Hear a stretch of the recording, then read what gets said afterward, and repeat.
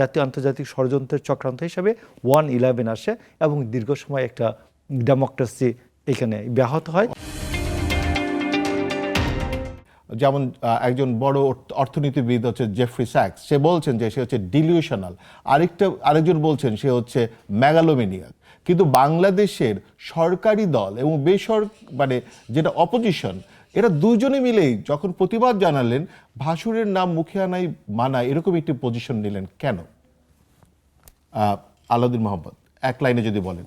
না, প্রথমত আপনার রাষ্ট্র হিসেবে আপনাকে দেখতে হবে যে আপনি আপনার জনগণের কাছে দায়বদ্ধ। আপনার বৈশ্বিকভাবে আপনার একটা মরাল স্ট্যান্ড থাকবে, কিন্তু মরাল স্ট্যান্ড কখনোই আপনার জনগণকে বিপদগ্রস্ত করে নয়। বাংলাদেশের আপনার রাষ্ট্র থেকে, বিরোধী দল থেকে ইরানের দূতাবাসে গিয়ে আপনার আলী খামেনির আপনার হত্যার কারণে শোক বইতে স্বাক্ষর করা হয়েছে, সেখানে আপনার নোট পাঠানো হয়েছে এবং আপনার প্রথম দিন একটু নীরবভাবে হলেও পরবর্তী দিন একটা ভালো বিবৃতিও দিয়েছে।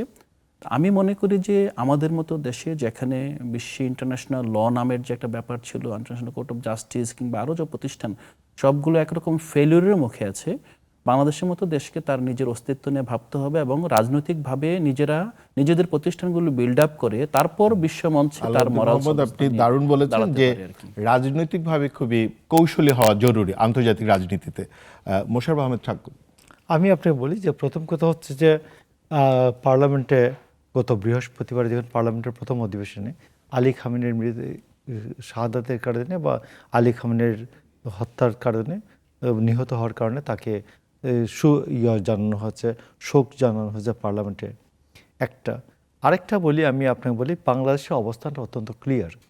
2003 সালের 19 জুন যে কলিন পাওয়েল বাংলাদেশে আসছিলেন 72 ঘন্টার জন্য বাংলাদেশের সৈন্য চাইতে গালফ ওয়ারে, তো বেগম খালেদা জিয়া প্রথম নিষেধ করে দিয়েছেন যে আমরা যাব না।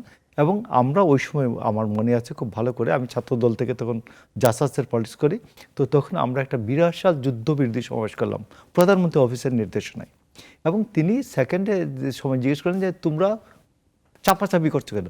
তখন বললো পাকিস্তান আমাদেরকে বলছে বাংলাদেশ সৈন্য দিলে আমরা দেব। তো উনি শেষ পর্যন্ত বলেছেন যে জাতিসংঘের মাধ্যমে যদি তোমরা সৈন্য চাও তাইলে আমি দেব, তবে এটা আমার সামরিক বেসামরিক যারা কলিগ আছেন এদের সাথে আলোচনা করে। তো এই জন্য বেগম খালেদা জিয়ার প্রদর্শিত একটা পথ আছে যে আমেরিকা যখন মুসলমানদের উপর আক্রমণ করে তখন সেই ক্ষেত্রে কী সিদ্ধান্ত নিতে হয়, এবং বেগম খালেদা জিয়া শেষ পর্যন্ত দেন নাই, সৈন্য দেন নাই।